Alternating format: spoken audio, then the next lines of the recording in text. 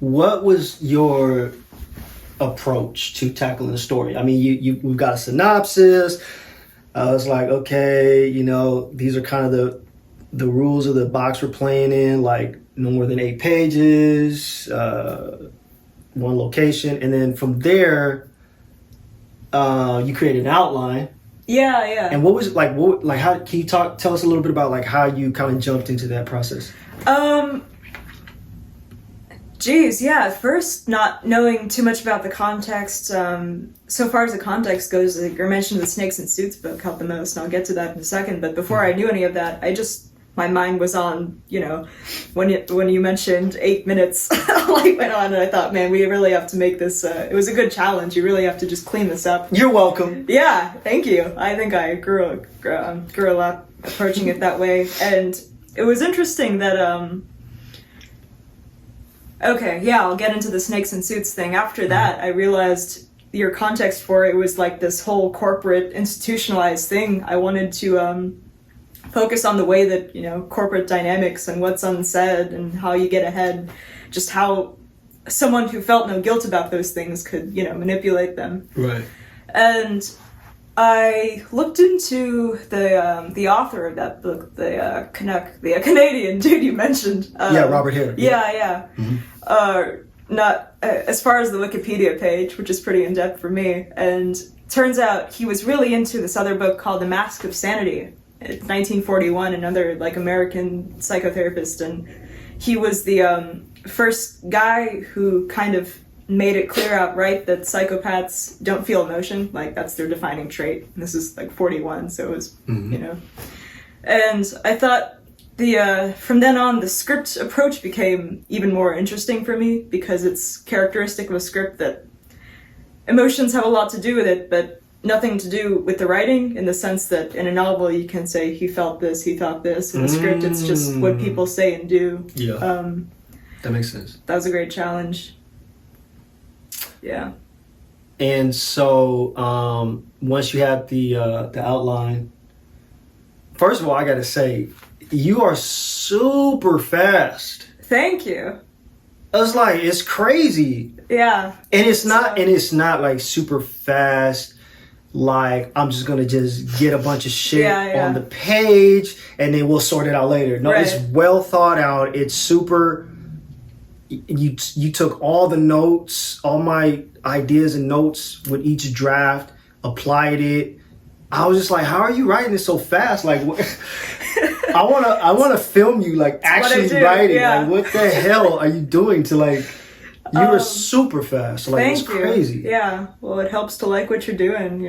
That's for sure. So like, what did you like? Did you just kind of just bang it out and just one shot? That's exactly what I did. Crazy, man. That's ridiculous. Yeah.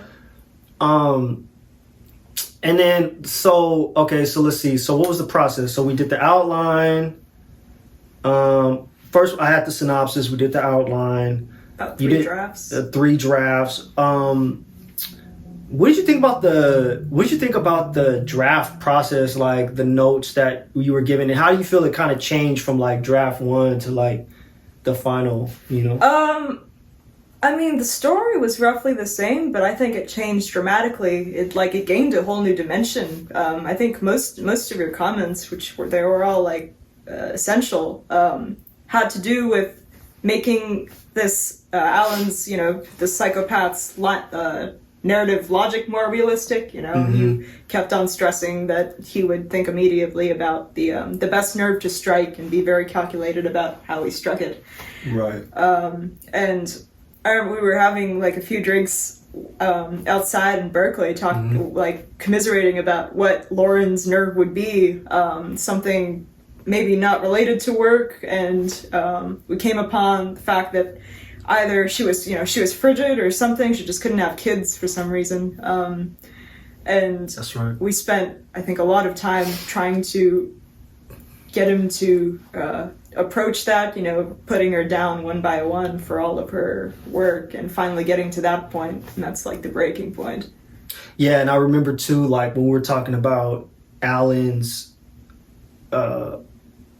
I don't know, for lack of a better word, like strategy when he was like that's great. dealing with Lauren. It was like a progression, right? Yeah, we were talking about like the kind of like what might be the logical progression of tactics, right?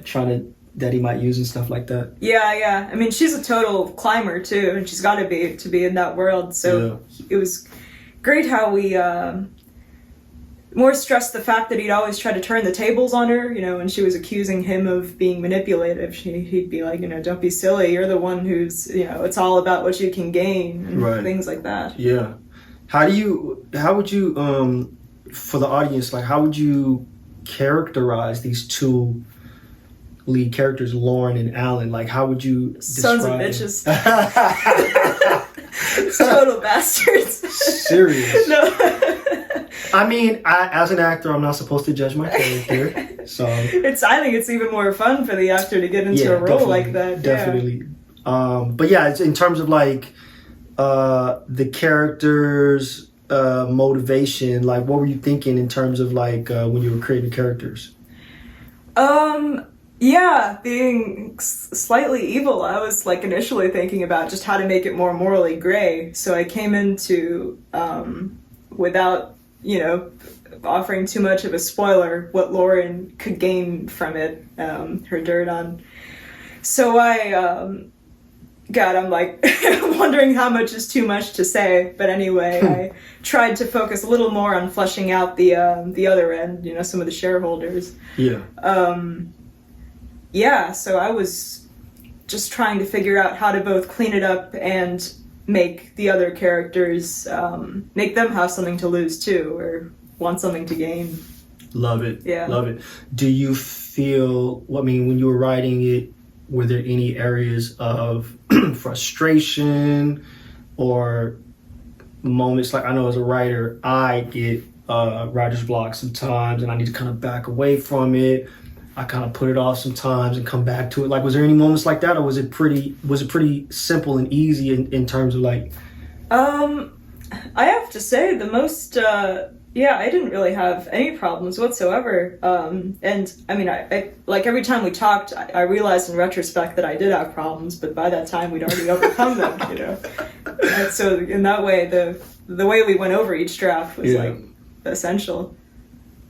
And what about, were there any like aha moments or surprises or anything as you were going through the process? Yeah, I guess there were two. The first was we focused a lot on Lauren comes back after being shortchanged in that meeting, not getting her credit, and she confronts Alan, and we focused a lot upon, that's probably the longest scene in the whole shebang, which is only like two pages anyway, but like step by step, even line by line, the certain what he'll target first, what he'll target next, to get to the eventual, you know, something about how she'll never have kids, whatever. That making that narrative logic realistic was the first breakthrough. The other was the last meeting we had when I think we kind of thought we were done with it. You'd gotten feedback on the script, and someone who gave it to you said, well, you know, Al and Lauren have had something going on too romantically, and it's not really that fleshed out. So we talked about whether or not it'd be worth it to add a scene in the beginning, and it ended up being about a page, just establishing that. I added something about the kid there too. It was already playing off of that, like her hopes for a kid together. Yeah, I guess she was working on the project that he wouldn't give her credit for, but that one scene, you know, the way he acts toward her, it's only a page, but I think it totally added some dimension to their romantic. Oh, it did. Yeah. It made a big difference. It's 7 pages and change. It's very dense. I mean, like you're covering. It's weird. It's like it's actually covering a lot of ground in a very kind of short format. Do you find it like a challenge with the short film format to get it all in you know what I mean? Was that a challenge or? A good challenge. I don't have too much more to say on that front. I think that you know, every work you do, at least as a writer, I don't want to specify, but I think any good writer starting out should focus on being as concise as possible, you know, forget the flowery language, just figure out what you're going to say, because chances are you don't really know it, and just be very direct in the words you use. I think that's a great exercise for anyone. Well said. Thank you. So what do you hope people will kind of, you know, get out of this short? I hope they don't use it as like a how-to guide or whatever. So the how not to guide. For real.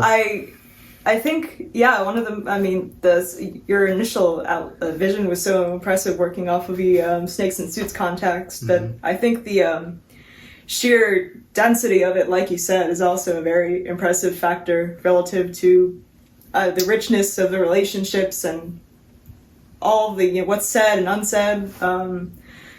So I think that's what the short has to stand on, just the, you know, the richness of what it has to offer in such a short period of time. You know, it's interesting you said don't use it as how-to.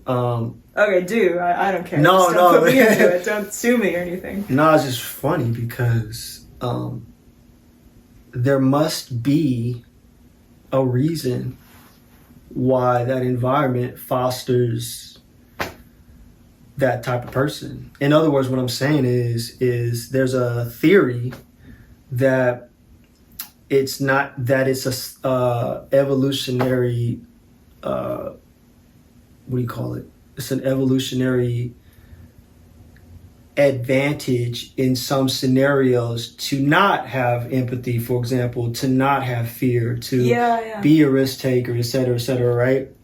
And, you know, I just got me thinking, like, maybe the corporate environment is the type of environment that a psychopath was evolved to thrive in. And that's why they always become CEOs and they always rise to the top, because people always talk about the corporate ladder and the politics and this and that. And nobody plays politics better than a psychopath. Absolutely. Yeah. I mean, I think, I don't want to offend anyone, but I think, you know, working in a cubicle for 40 years of your life, 9 to 5 at least, and you'd have to be a psychopath to not feel like your soul was dying a little bit. And I'm a total workaholic myself, but there's something about that that's totally either stultifying or you really have to be in it for the sake of, you know, money and power. That's right. For its own sake. That's right. I agree with that. Okay, so what are you currently working on? Where can people, you know, check out your work?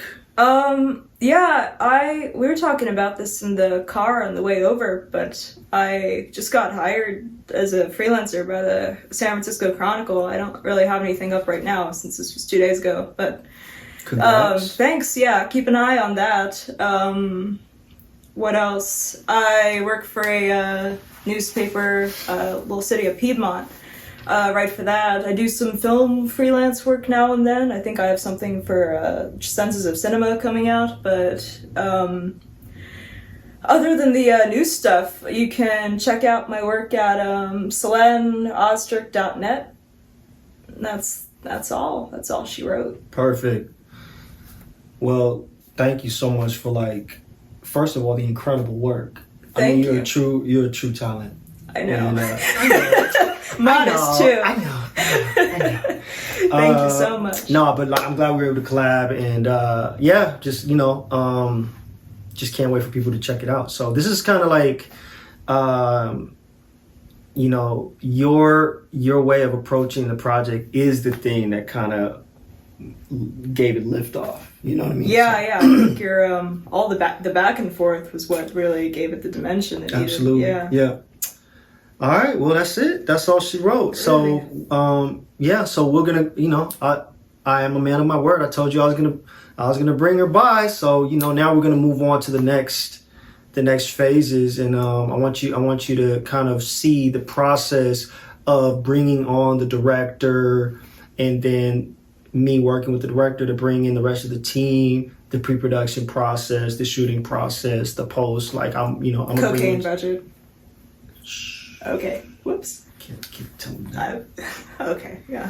I was like, is there a blooper reel for this? All right. Good. We're good. All right.